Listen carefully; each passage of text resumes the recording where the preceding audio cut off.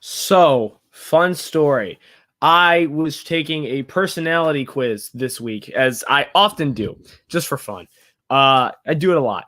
And one of the questions was, what is the food that you eat? And there were like 8 different options, right? And so there's a whole bunch of fancy stuff that I would never eat. Pizza wasn't on the list, so I couldn't have chosen that. And then I get to the bottom, and then it's what are the options? It's bread, soup, fruit, and water. I look down at what I'm eating for lunch at the time, and I'm eating a peanut butter sandwich, chicken noodle soup, and apple and water. Who was watching me?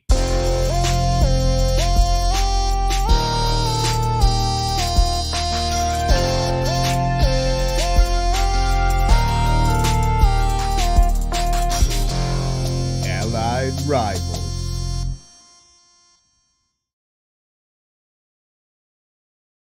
And ladies and gentlemen, we are back with the one and only Allied Rivals podcast. That was just a little story time. I don't know. I was just trying to come up with a fun intro. My name is AJ Herschel. Right over there is Caedmon Bauer. We are back. It's been a minute, but we got a lot of stuff to talk about. Of course, we're talking about March Madness today. We're also going to talk about the NBA playoff races. We're getting pretty darn close. And then, of course, NFL free agency has been insane. So you want to be subscribed with notifications on because we're going to be talking about all that fun stuff. Cade, how are you doing, man?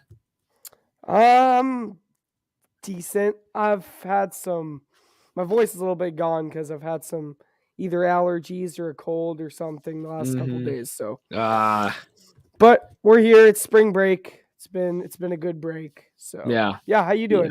Yeah. I'm doing all right. Keeping busy. Trying to finish up school and everything for the year. So trying to get all that done. Baseball's back. Thank goodness. They finally made a deal. We haven't talked about it because there wasn't really much to talk about other than the fact that people were yelling at each other and we didn't have an agreement for months. But opening day is coming up. Couple weeks. Super excited that we're finally getting baseball back. Crazy amount of football stuff's been going on. Of course, we'll talk about more. And we got the World Cup draw today too. So the USA actually in it again. We got a good shot at making the knockout round this year. So all right, yeah, pretty good. But we are here today to talk about March Madness. And Cade, let's start it with this. We had an Allied Rivals March Madness bracket challenge this year for the second year in a row. How'd you do, Cade? It didn't turn out so well for you this year. Man, it's been terrible. I have 38 points and 0 remaining. So that's rough. Just to recap, my final 4 were Gonzaga, who got knocked out. Like the Elite 8 or something? Elite 8, I believe it was. Elite yeah, 8, maybe Sweet 16. It was the Sweet 16 because Arkansas and Duke played in the Elite 8. Yeah, Sweet 16. They got knocked down in Sweet 16, so I had them in my final 4. I had Kentucky, who got upset who were your by the champs. Peacocks. They were also my champs. Yep.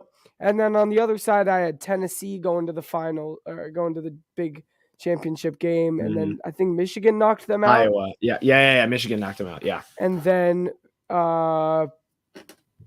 Kansas, I had Iowa in their place. So it's just not been good. Really, nothing went my way. Yeah, not really great for me either. Of course, my champ is still in Duke, so I got a good shot to take top 5 in the bracket challenge. In terms of winning it all, I probably don't. I had Baylor, Arizona, and Iowa as my other final 4. Baylor, of course, getting upset by the hottest team in the tournament, North Carolina. I think that's unquestioned. Arizona ended up getting beat by Houston in the Sweet 16. And then, of course, I think both of us, and maybe a lot of people, put a little too much stock in Iowa's Big Ten championship. Kind of came out of nowhere. Beat Purdue in the Big Ten championship, and I was like, hey, I thought they were going to be the hot team, but no, it ended up being North Carolina instead. 2 teams coming to the tournament on just great win streaks, and Iowa just went and got knocked out by Richmond in the first round, so that didn't help. The person actually leading the Allied Rivals bracket challenge right now is the bracket, Ishkaba is currently number 1 with 65 points and 75 points with 64 points remaining. They have Duke as their champion. They had all the Final Four outside of Baylor.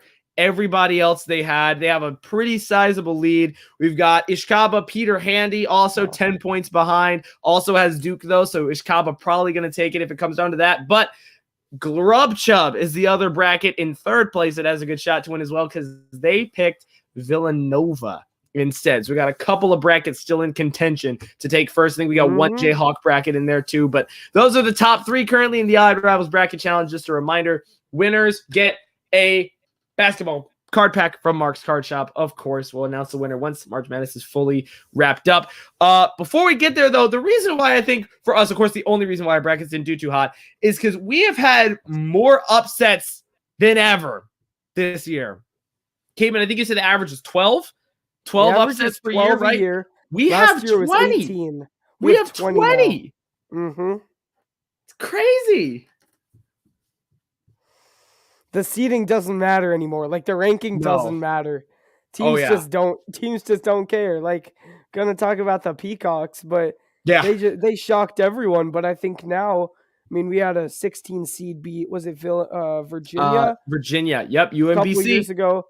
Yep. Now we have the Peacocks beating Kentucky. Seems like anything can happen now. Yep. Yeah. Literally. Absolutely insane. Peacocks definitely the biggest story of the bracket. Michigan, Richmond is another. Richmond, stinking Richmond, man. And the one that Porter Drinks had called, saying South Dakota State will beat Providence. That didn't happen. Providence had a pretty nice run this year.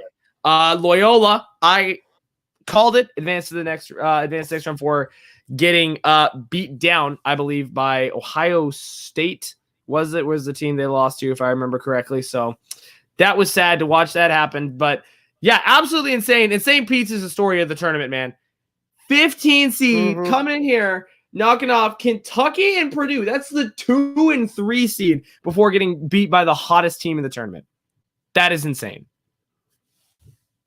That's crazy. Yeah. I was sad when I'm watching North Carolina and the St. Peter's.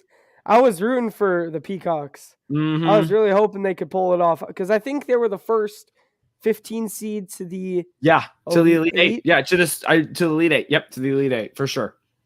Man, that would have been so cool. But man, UNC was the first team that learned how to stop the Peacocks offense. Yeah, they really did it well, but also they just out rebounded and out big manned the Peacocks. Yeah, and we saw that in the Purdue game too, because they couldn't get anything inside. They had to play great defense and they had to have good mid range and outside shooting. But I think they shot 27%. I think it was against UNC, something like that. It was bad. Something it was like bad. 30%. They shot 30% from the field, 25 from 3. Got out rebounded by 16, and that's definitely what killed them. But still, that's one of the greatest tournament runs that we've ever seen. Props to them. Absolutely. But on another note, how did your Badgers do, Caedmon? How'd you feel about them this year? I knew they weren't going to go very far. I think I picked them to lose to Auburn in the Sweet 16. Yeah. I think that's what I picked. Yeah, to lose to Auburn. Well, neither Wisconsin or Auburn made it to the Sweet 16. Oof. We were knocked out by Iowa State. Our offense just was not working. I think a big problem or a big reason we lost was our point guard got injured. Chucky got injured. So that was a big deal because Brad Davison, he's fine at taking the ball up and stuff, but we kind of needed the facilitating, and we just didn't have it. So Johnny Davis didn't really go off. Brad Davison didn't go off. It was a bad game. But there's next year. Yeah, for sure. For me on the other side, Loyola and Illinois. Sorry, so my bad. Loyola, I was thinking of the championship against Drake. Lost to Ohio State. That game was brutal, man. It was brutal. It's just the entire game was enveloped by defense. Both teams played incredibly great defense. Loyola was shooting very poorly in the first half. And it just came down to Ohio State started actually making their shots. Everything was tough. Nobody got a bucket that was super easy on either side. Turnovers galore for both sides, especially on Ohio State in the first half. But Loyola couldn't bring it out. And then Illinois, I called it, wasn't going to be able, didn't get past, Houston in the round of 32, I believe it was. And I didn't have a lot of confidence in U of I this year after losing in the Big Ten tournament, and that was totally reinforced after beating Chattanooga by 1. I know Kofi Cockburn's great. Yes, I'm aware of that. But still, we didn't have quite the team chemistry we had as when we were a 1 seed. But I cannot talk about this without expressing my frustration about what happened in the Illinois game. Kay, did you happen to see what happened in the U of I game? I'm just curious. Against Houston? Against Houston, yeah. No, I know you lost by like 15, but what happened? Yeah, it was really, really bad. So we brought the game to within 6. It was 46-40. Houston turns the ball over. U of I takes it and starts running it down the floor, right? So we're bringing it up, and we get a dunk. Is what we get. And for whatever reason, the referee decides, you know what? RJ hung on the rim a little too long. I'm going to tech him up. And so he gives RJ a technical. Kills absolutely everything that we get. All of our momentum. Houston gets the ball and goes on a run immediately after that. And if you watch the replay, he takes it. All his forward momentum is going to the right. So he waits and swings back left so he can let go. This is called preventing injury. This is how Paul George busted up his knee. This is why he was out for almost an entire year. This is what made Derrick Rose's legs end up being like liquid eventually after a couple years, because you keep coming down hard after dunks, you're going to bang up your knees. It's called self-preservation. He runs to the rim, dunks it, swings right. If he lets go, he's going to absolutely break something. So he swings back left and lets go. That's it.